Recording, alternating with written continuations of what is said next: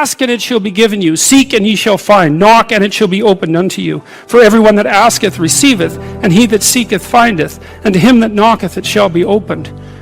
That sounded pretty optimistic again. But again, I think it's a description of the structure of existential reality. And by which I mean, when I'm in my clinical practice and I observe, and this is also the case with my students, is let's say, people's lives aren't what they would like them to be. And so then you ask, why? Well, forget about tragedy and catastrophe, because that's self-evident, and we're not going to discuss that. Although the degree to which you bring about your own tragedy is always indeterminate. But I would never say that every terrible thing that is visited on a person is something they deserved. I think that that's a very dangerous presupposition, especially because everyone gets sick and everyone dies.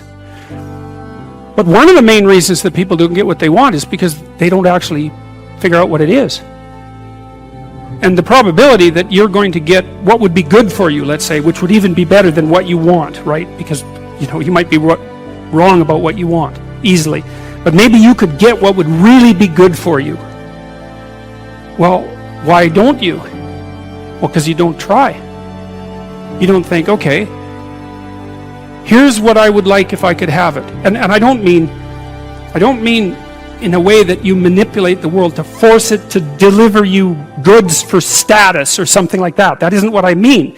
I mean something like, imagine that you were taking care of yourself like you were someone you actually cared for. And then you thought, okay, I'm caring for this person. I would like things to go as well for them as possible. What would their life have to be like in order for that to be the case? Well, people don't do that. They don't sit down and think, all right, let's figure it out. You've got a life. It's hard, obviously. It's like 3 years from now, you can have what you need. You've got to be careful about it. You can't have everything. You can have what would be good for you, but you have to figure out what it is, and then you have to aim at it. Well, my experience with people has been if they figure out what it is that would be good for them, and then they aim at it, then they get it. And it's strange because it's a strange thing. It's not quite that simple because, you may formulate an idea about what would be good for you, and then you take 10 steps towards that, and you find out that your formulation was a bit off, and so you have to reformulate your goal. So you're kind of going like this as you move towards the goal. But a huge part of the reason that people fail is because they don't ever set up the criteria for success. And so, since success is a very narrow line and very unlikely, the probability that you're going to stumble on it randomly is 0. And so there's a proposition here, and the proposition is, if you actually want something, you can have it. Now the question then would be, well, what do you mean by actually want?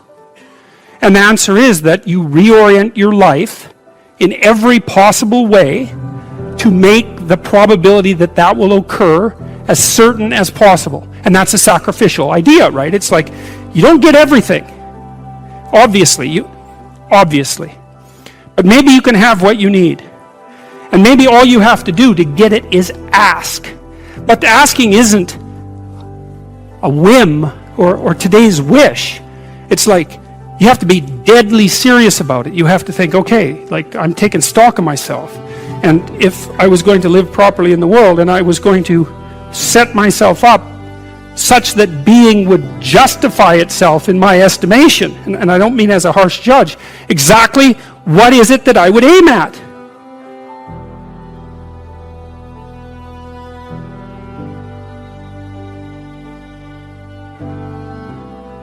What I learned to do, I think, was to stop saying things that made me weak. And now I'm still trying to do that because I'm always feeling when I talk whether or not the words that I'm saying are either making me align or making me come apart. And I think I really do think alignment is the right way of conceptualizing it, because I think if you say things that are as true as you can say them, let's say, then they come out of the depths inside of you. Because we don't know where thoughts come from. We don't know how far down into your substructure the thoughts emerge. We don't know what processes of physiological alignment are necessary for you to speak from the core of your being. We don't understand any of that. We don't even conceptualize that, but I believe that you can feel that. And I learned some of that from reading Carl Rogers, by the way, who's a great clinician, because he talked about mental health in part as the coherence between the spiritual or the abstract and the physical, that the two things were aligned. And there's a lot of idea of alignment in psychoanalytic and clinical thinking. But anyways, I decided that I would start practicing not saying things that would make me weak. And what happened was that I had to stop saying almost everything that I was saying. I would say 95% of it. It's a hell of a shock to wake up and I mean, this was over a few months, but it's a hell of a shock to wake up and realize that you're mostly dead wood. It's a shock.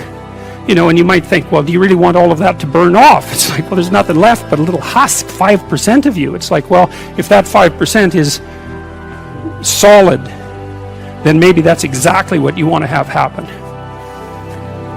Well, so I told you that story as an elaboration of this line. And God saw that the wickedness of man was great in the earth, and that every imagination of the thoughts of his heart was only evil continually. It's a question worth asking. Just exactly what are your motives? Well, you know, maybe they're purer than mine were, and it's certainly possible. I don't think that I'm naturally a particularly good person. I think I have to work at it very, very hard. And I don't necessarily think that everyone is like that.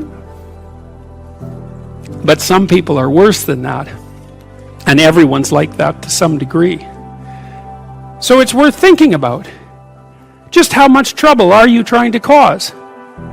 You know, and the other thing you might think about is that if you're not doing something important with your life, by your own definition, because that's the game that we're playing, you get to define the terms, at least initially, maybe you're prone to cause trouble just because you don't have anything better to do. Because at least trouble is more interesting than boring. You know, that's something you learn if you read Dostoevsky. Dostoevsky knew that extraordinarily well. And so if you're not doing something, if you're not pushing yourself to the limits of your capacity, then you have plenty of leftover, what would you say, willpower, energy, and resources to devote to causing interesting trouble. And so, also I would say this is also an archetypal scenario. God saw that the wickedness of man was great in the earth, and that every imagination of the thoughts of his heart was only evil continually. That's something to meditate on. And it's not self-destructive, because what it is an attempt to, it's like the diagnosis of an illness. It's like if that does happen to be the case for you, or to some degree, maybe it's only 10% of you or something, or maybe it's 90%, well then, coming to terms with that is excellent, because then maybe you can stop doing it. And what would be the downside to that? You'd have to give up your resentment, obviously, and your hatred and all of that, and that's really annoying, because those emotions are they're easy to engage in, and they're engaging, and they have this feeling of self-righteousness with them, and that goes along with them. But you're not doing this in order to put yourself down. You're doing this in order to separate the wheat from the chaff, and to leave everything that you don't have to be behind.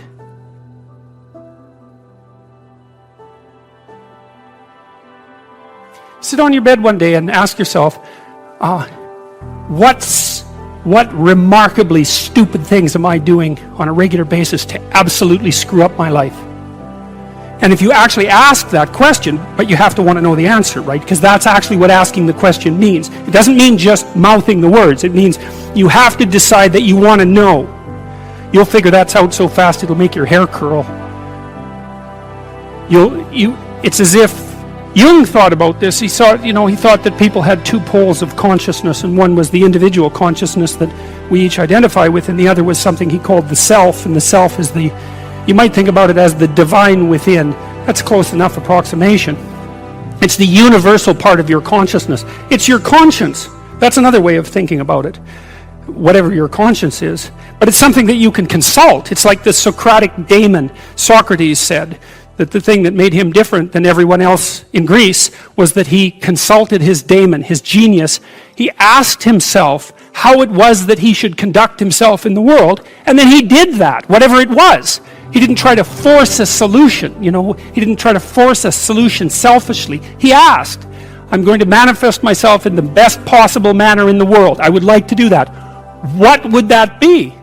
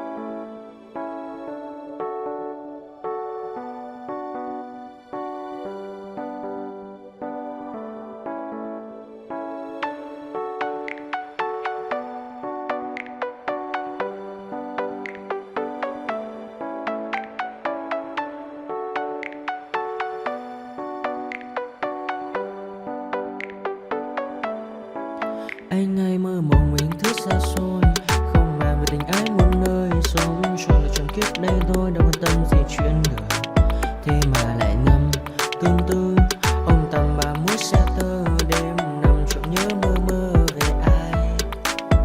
Thì ra anh yêu rồi, từ ánh mắt nụ cười, từ đôi môi gọi mưa sao xuyến lòng anh. Thì ra mê em rồi, ngày hay đêm ôm lời, chỉ nghĩ đến em thôi. Đó là do anh đã yêu rồi, anh đã yêu rồi, anh đã yêu rồi. Anh đã yêu rồi, anh đã yêu rồi, anh đã yêu em mất rồi.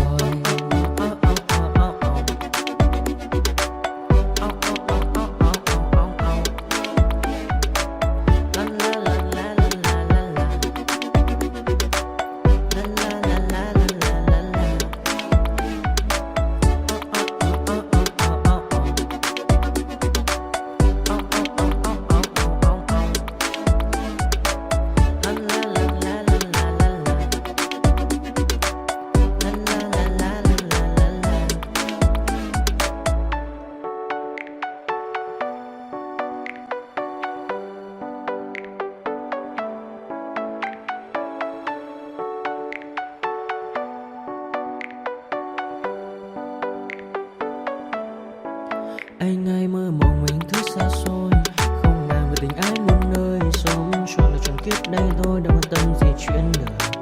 Thế mà lại nằm tương tư ông tầm bà mút xe tơ, đêm nằm trộm nhớ mơ mơ về ai.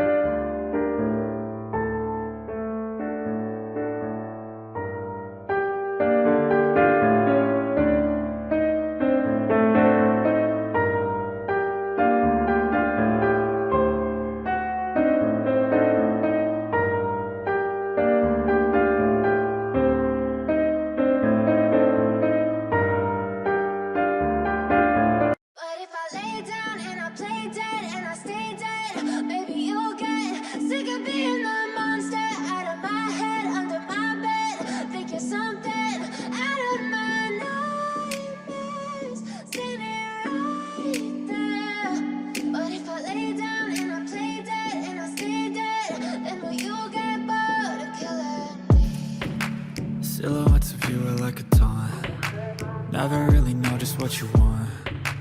With you I don't ever feel calm. I can feel the sweat inside my palms. Play with me like cats and a string. You don't understand the pain it brings. You don't ever wanna give me wings. You don't ever wanna set me free. You know I'm addicted to you, and it's twisted, you've been gifted with the evil voodoo.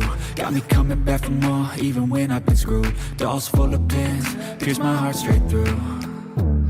I got issues in my head, I like you in my bed, but you keep me on red. Oh, everything is like a test, I better not text or I'll come off desperate. But if I lay down and I play dead and I stay dead, baby you'll get sick of being the monster out of my head, under my bed. Think you're something out of my nightmares, standing right there. But if I lay down and I play dead and I stay dead, then will you get bored of killing? So if I play dead, will you regret everything that you did, that understand what you're doing. And my heart's black and blue from the bruising. I feel like when I'm with you I'm losing.